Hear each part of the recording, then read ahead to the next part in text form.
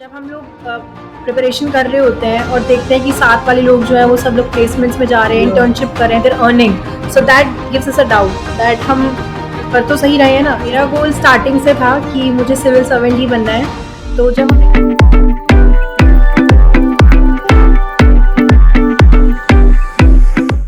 Welcome to broadcast MSIT। आज मेरे साथ हैं सलोनी वर्स ma'am and she is our alumni जिन्होंने 2022 में पास आउट किया था हमारे कॉलेज से बीटेक इन ट्रिपल ई।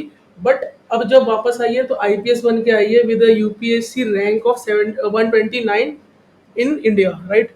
सो सबसे पहले तो थोड़ा बीटेक की जर्नी पता करना चाहूँगा कि लाइक कि आपका बीटेक में कैसे आया। First of all thank you for having me here. तो मैं अपनी बीटेक की जर्नी स्टार्ट करूँ तो मैंने 2018 में अपना ज्वाइन किया था कॉलेज।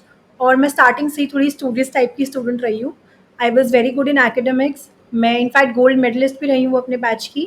तो और जर्नी की बात करें तो मेरी जर्नी ओवरऑल बहुत स्मूथ रही थी, और इसमें मेरा रोल टीचर्स का मैं एक बार हाईलाइट करना चाहूँगी। My teachers have been very supportive throughout, and I was involve in academics as well as मैं को करिकुलर एक्टिविटीज़ में भी पार्टिसिपेट करती थी। IEEE जो हमारी सोसाइटी है या कॉलेज में, उसमें काफ़ी सारे जो इवेंट्स हमारे सेमिनार्स होते रहते थे, I was a part of दो सेमिनार्स ऑल्सो। कुछ मैं टीचर्स के साथ भी कोई लीडरशिप रोल में चली जाती थी। So my journey has been very good. So basically हमेशा से बीटेक प्लेसमेंट वाला सीन था लाइक 10th 12th में, या फिर स्टार्टिंग से ही था कि 10th 12th से कि IAS ही बनना है या फिर IPS बनना है, UPSC बेसिकली एक कहते हैं ना सिविल सर्वेंट, ये बनना है। नहीं, मेरा गोल स्टार्टिंग से था कि मुझे सिविल सर्वेंट ही बनना है। तो जब हमने 12th के बाद डिसाइड कर मतलब डिसीजन लेना था कि you have to go to D U what course you have to do in your later phase, so I opted for BTech just because मेरा इंटरेस्ट था साइंस सब्जेक्ट्स में।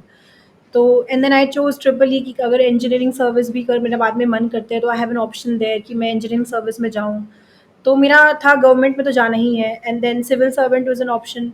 एंड देन ट्रस्ट जो था एक कि पेरेंट्स को भी teachers को भी they used to see potential in me that yes you can do it.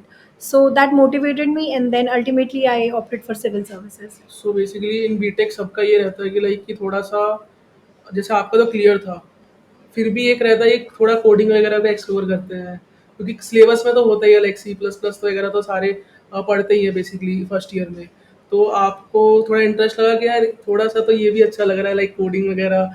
And then फिर MSIT के पैकेजेस काफ़ी हाई रहते हैं हमेशा, तो लाइक कि यार ये भी एक फील्ड हो सकती है जहाँ पे कर सकते हैं थोड़ा explore. So see this is a dilemma. जब हम लोग प्रिपरेशन कर रहे होते हैं और देखते हैं कि साथ वाले लोग जो है वो सब लोग प्लेसमेंट्स में जा रहे हैं, या इंटर्नशिप कर रहे हैं, देर अर्निंग, सो या that gives us a doubt that हम कर तो सही रहे हैं ना। इज इट सर्टेन कि हम लोग सक्सेसफुल होंगे कि नहीं होंगे। सो ये प्लेसमेंट्स का डाउट थोड़ा माइंड में रहता है कि हमें कर लेना चाहिए, एक ट्राई दे दें, क्या पता हो जाए, एक बैकअप रेडी रहेगा। There are lot of questions running in our mind, and it is natural. But then when we have a motivation very strong, when we हमारी जो कॉलिंग होती है ना, internal calling, that why you want to be into the services, जब वो इतनी strong है ना, तो फिर ये छोटी मोटी चीज़ें इफेक्ट नहीं करती हैं। तो if in the first case if our why is sorted, then I think that will help us in sailing through. And yes, these doubts are natural, so we just have to overcome, we have to keep motivating या ourselves, and that self motivation has to come in. So I think that will help. And personally I did not sit in any placements, तो मैंने opt out कर लिया था, but then ये doubts आते थे, questions आते थे mind यानी कि मेंटल हेल्थ को अपने स्टेबल रखना है बेसिकली, जो अपना गोल है उस पे फोकस करना में। है right, basically. Right. So basically आपकी बीटेक जर्नी में कैसे, मतलब आप कैसे स्टूडेंट थे बेसिकली, एक होता है स्कॉलर लाइक आप थे, अटेंडेंस वगैरह का लाइक कि कितनी अटेंडेंस मेंटेन करते थे, लाइक कि क्लासेस वगैरह कितना वो करते थे, या फिर घर पे बैठ के UPSC अपना तैयारी करते हैं। No, I was a scholar kind of student. Like I maintained a very fine balance between my BTech and my civil service preparation. So I actually jotted down the tasks which I have for a day. क्या मुझे करना है, कैसे करना है. So I had planned my days and weeks also, in fact, and then accordingly I tried to stick to it. ऊपर नीचे होता रहता था या obviously. Exactly. And as far as the attendance is concerned, I had a very high attendance. मतलब मेरी 90% attendance हमेशा रहती थी। क्या तो बात मैं है। क्लासेस भी अटेंड करती थी, I was good in to assignments, मैंने अपनी सारी लैब्स भी अटेंड की हैं। In fact I was in the good student category in my college. Even you are in a society as well. Yes, so like it was like I was able to maintain a balance, maybe because of the efficient way of doing a task. So that way a balance was maintained, and then at home I was more focused towards my civil services. So my college was mostly towards BTech, and my home studies were basically dedicated to civil services. सो आपने 2022 के बाद मतलब कि पहला attempt कब दिया था and then फिर कैसे मतलब ये सारी चीज़ें हुई? So my journey starts from 2022. I gave my first attempt in 2022. So I reached prelims. I cleared prelims. Then I reached mains. I also reached interview, but could not make to the final list. Okay. Then my second attempt was in 23, and then here I am after that with 129 rank. So IAS का एक वो रहता है basically IAS, IPS या civil servant के अंदर कुछ भी रहता है तो एक वो रहता है कि आपको कितने आवर्स स्टडी करनी है।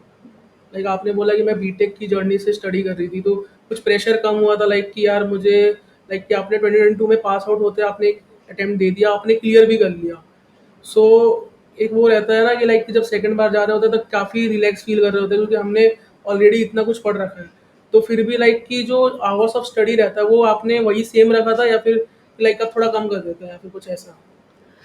The number of hours per day varied. Like it varied according to the situation, according to the या exam. So before the prelims, the number of hours increased. मतलब वो 12 भी हो जाता है, 11 भी हो जाता है, depending on the day. And prelims और mains के बीच तो बहुत ही मतलब पढ़ाई होती है. जैसे बिल्कुल ही हमें mains dedicated पढ़ाई करनी होती है. And in my second attempt, I would say during my mains preparation in 2023, the number of hours increased. Maybe because I was more into the track कि मुझे पता चल गया था कि क्या करना है, क्या मैंने पिछले 10 में नहीं किया, मैंने खुद से अपनी मिस्टेक्स आइडेंटिफाई की, तो जो नंबर ऑफ आवर्स थे वो थोड़े इंक्रीज हुए. बट एंड जैसे कि अगर थोड़ा एग्जाम थोड़ा दूर है एंड इंटरव्यू के टाइम तो थोड़े नंबर ऑफ आवर्स कम हो जाते हैं. So it varied. So basically like कि जो यूपीएससी का होता है पेपर, तो लाइक कि हम बीटेक वगैरह में देखते हैं कि लाइक कि जब हम पढ़ाई कर रहे होते हैं तो सिलेबस जो होता है हमारे लोग कहते हैं ऐसा कि अगर आपने बीटेक कर रखी है तो आपको यूपीएससी आपके लिए क्लियर करना ईजी होता है, तो कुछ लोग ऐसा क्यों कहते हैं basically? See there could be many reasons for it but what I feel is कि जब हम बीटेक करते हैं ना तो एक वे ऑफ स्टडिंग आ जाता है हमारे अंदर. जैसे कि approaching a subject, the way we approach different subjects, इतने डिफिकल्ट डिफिकल्ट भी, इजी सब्जेक्ट्स भी, इतनी डाइवर्सिटी भी हम बीटेक में एक साथ डील करते हैं. एंड इनफैक्ट हमें तरीके पता चल जाते हैं डिफिकल्ट कॉन्सेप्ट्स को ईजी बना के पढ़ने का बीटेक में. So that approach which I think helps in UPSC also. If I give an example, जैसे अभी हमारा एक जोग्राफी में कोई कॉन्सेप्ट है जो हमें बहुत डिफिकल्ट लग रहा है, बट हमने इंजीनियरिंग में भी इतने डिफिकल्ट कॉन्सेप्ट को ईजी करके पढ़ा है, उसको रीफ्रेम करके, उसका कोई शॉर्ट नोट्स बना के, कुछ हमारी अप्रोचेज होती हैं पढ़ाई की तरफ. आई थिंक वो अप्रोच हमारी जो बीटेक में हम बिल्डअप करते हैं, आई थिंक वो हेल्प करती है हमारी यूपीएससी में भी. कि एंड आंसर ऑल्सो एक मेकिंग। मैं एक और बात ऐड करना चाहूँगी, जो नंबर ऑफ आवर्स और जो कंसिस्टेंसी होती है ना हमारी पढ़ने की, वो भी उसमें भी बीटेक हेल्प करता है. As a BTech student we are use to sitting for long hours. हम लोग काफ़ी कुछ रिसर्च में भी लगे होते हैं, कुछ लोग हम एग्जैक्टली। लोग बड़े बड़े असाइनमेंट्स में भी, प्रोजेक्ट्स में लगे होते हैं. तो जो हमारी मेहनत करने की जो हैबिट है ना वो काफ़ी लॉन्ग तक चलती है. That is very helpful in like कि जो यूपीएससी. बीटेक के बारे में बोलते हैं कि लाइक बीटेक स्टूडेंट्स की रात नहीं होती, मतलब वो उनकी रात ही 3 बजे खत्म होती है। Right, right. तो वो मतलब कि कुछ ना कुछ एक्सप्लोरेशन, अगर कोडिंग कर रहा है तो कोडिंग में अपना लगा पड़ा है, यस, अगर यस. वो कुछ चीज़ की तैयारी कर रहा है तो उसमें अपना लगा पड़ा है, तो एक हैबिट बन जाती है। वो कहते हैं ना, जब बीटेक में हम एक वीक पहले जब पढ़ना स्टार्ट करते हैं पेपर्स के लिए, एंड देन उसके बाद सारे क्वेश्चंस को, प्रीवियस ईयर्स क्वेश्चन, देन फिर सारे क्वेश्चंस को एक आंसर मेकिंग करते हैं कि इतना आंसर हमें पेजेस भर के आने हैं बेसिकली, राइट, कि लाइक हमें नंबर मिल जाए। तो राइट. वो तो चीज़ हेल्प करती है yes, basically. Definitely. And one more thing कि लाइक यूपीएससी में जो लोग पहली बार मेंस दे रहे हो या फिर प्रीलिम्स दे रहे हैं बेसिकली, तो प्रीलिम्स के समय उन्हें क्या बेसिकली माइंड में होना चाहिए? लाइक कि एमसीक्यू होता है, तो नेगेटिव मार्किंग वगैरह होती है इसके अंदर या फिर कैसा सीन रहता है लाइक जेई मेन का जब हम पेपर दे रहे होते हैं तो? So in prelims we have two papers, general studies and CSAT. I'm just telling for the beginners. तो prelims जो GS होता है उसमें 100 क्वेश्चंस होते हैं and it is of 200 marks, और उसमें 1/3 नेगेटिव मार्किंग होती है फॉर रॉन्ग आंसर्स. तो हमें जो हम जब आंसर अटेम्प्ट करते हैं, हम पेपर अटेम्प्ट करते हैं, तो the number of question that we have to attempt वो हमें अपना आइडेंटिफाई कर लेते हैं अपने ही मॉक्स से जो हम देते हैं. तो कोई कोई 85 पे थोड़ा डिसेंट स्कोर ले आ पाता है, कोई 90 पे स्टेबल हो जाता है, कोई 90 प्लस पे भी स्टेबल हो जाता है. तो वो एक अपनी रेंज होती है 80 टू 95 के बीच में, क्या हमारा सेफ अटेम्प्ट है कि हमारा स्कोर बढ़ रहा है. And as far as the CSAT is concern, वो एक क्वालिफाइंग पेपर है एंड उसमें हमें 80 मार्क्स का होता है, 80 क्वेश्चन होते हैं उसमें, एंड हमें वो क्वालिफाई करना होता है. सो बेसिकली लाइक कि दो जो प्रीलिम्स में पेपर देने होते हैं वो आपको क्वालिफाई करना होता है। एंड एक क्वेश्चन और आती है लोगों की कि लाइक कि सिविल सर्वेंट में लोग आईएएस आईपीएस को तो बहुत जानते हैं, लाइक कि अगर आप यूपीएससी दे रहे हो तो इन चीज़ों के लिए दे रहे हो। अगर कोई एज ए इंजीनियर है और वो सिविल सर्वेंट में जाना चाहता है बट एज ए इंजीनियर ही जाना चाहता है, तो उसके लिए कुछ होता है इसके अंदर यूपीएससी के अंदर? Yes, so this exam which is use which is conducted for IAS and IPS, that is civil service examination. उसमें हमारी मोस्टली जनरल सर्विस है। हमारे एक टेक्निकल सर्विस थोड़ा कहें हम तो एक रेलवे मैनेजमेंट सर्विस आती है, एक डिफेंस कोई सर्विस, स्टेट सर्विस आती है, तो एक दो कुछ सर्विसेज हैं, बट मेनली जर्नलिस्ट और सिविल सर्विसेज हैं। बट अगर हमें specifically as an engineering service में जाना है तो हमें एक इंडियन इंजीनियरिंग एग्जाम जो होता है IES, ओके। वो एक एग्जाम कंडक्ट कराती है गवर्नमेंट, जो डेडिकेटेडली फॉर डेडिकेटेड है इंजीनियर्स के लिए। तो उसमें अगर आप जाना चाहते हैं तो even in a government side अगर आपको एक्सप्लोर करना है तो आप आईएएस को एक्सप्लोर कर सकते हैं बेसिकली। यस। एंड अब जानते हैं कि आईएएस का आपने क्लियर कर लिया, अब इंटरव्यू कैसा था? बेसिकली लोग बोलते हैं ना, आपने कोई मॉक इंटरव्यूज दिए, कितने दिए, लाइक कि आपने कोचिंग वगैरह की थी आईएएस के लिए basically?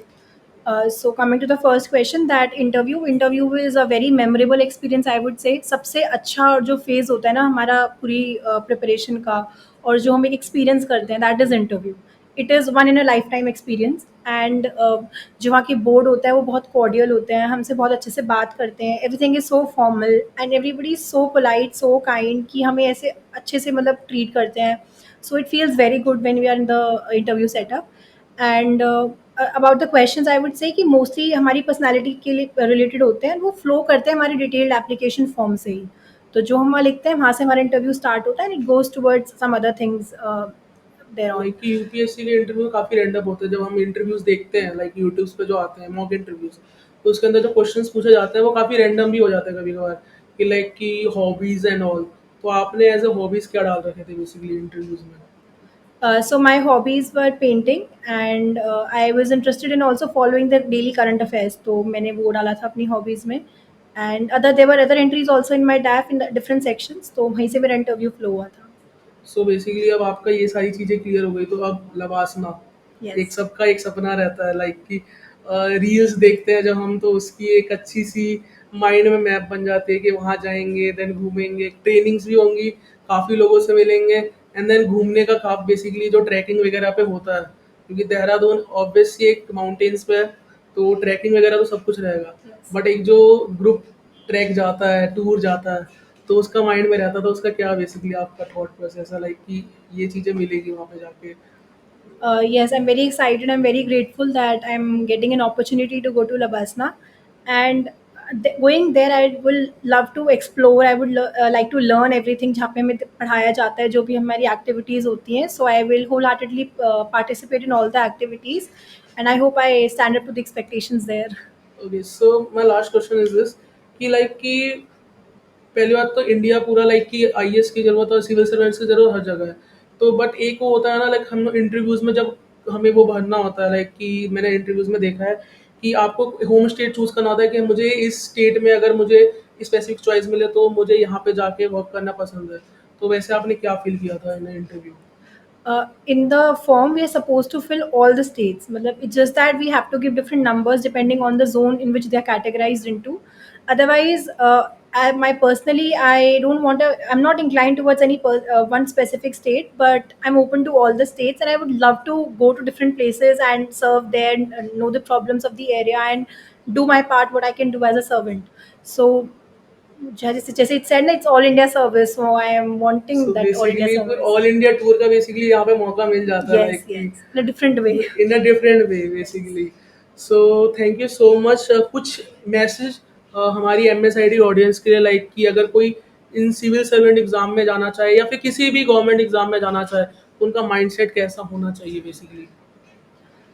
First of all, not just civil services, but in any field, what we require is the self belief. We as individuals should believe in ourselves that we can do it and we will do it. That self belief is very important, which will keep us going. And also, one more thing is that I think patience is very important, exactly. because we don't get success in the first go, or okay, there are some lucky people, but we are not very lucky also that we get what we want, what is desired in the very first attempt, or in the first try. So I think patience is very important. If you're patient enough and you believe in yourself, then definitely success will come to you. And just believe in God, believe in the process, everything will happen right. So thank you Saloni ma'am having here and हमारे podcast में आने के लिए, basically in a broadcast MSIT. So thank you everyone. I hope आप लोगों को ये podcast पसंद आया होगा, एंड अगर पसंद आया तो प्लीज़ लाइक एंड सब्सक्राइब कर दीजिए चैनल को। ऐसे ही काफ़ी सारे अमेजिंग पॉडकास्ट के सब हम आते रहेंगे ब्रॉडकास्ट MSIT पे। And thank you Saloni ma'am once thank you, again. Thank you so much.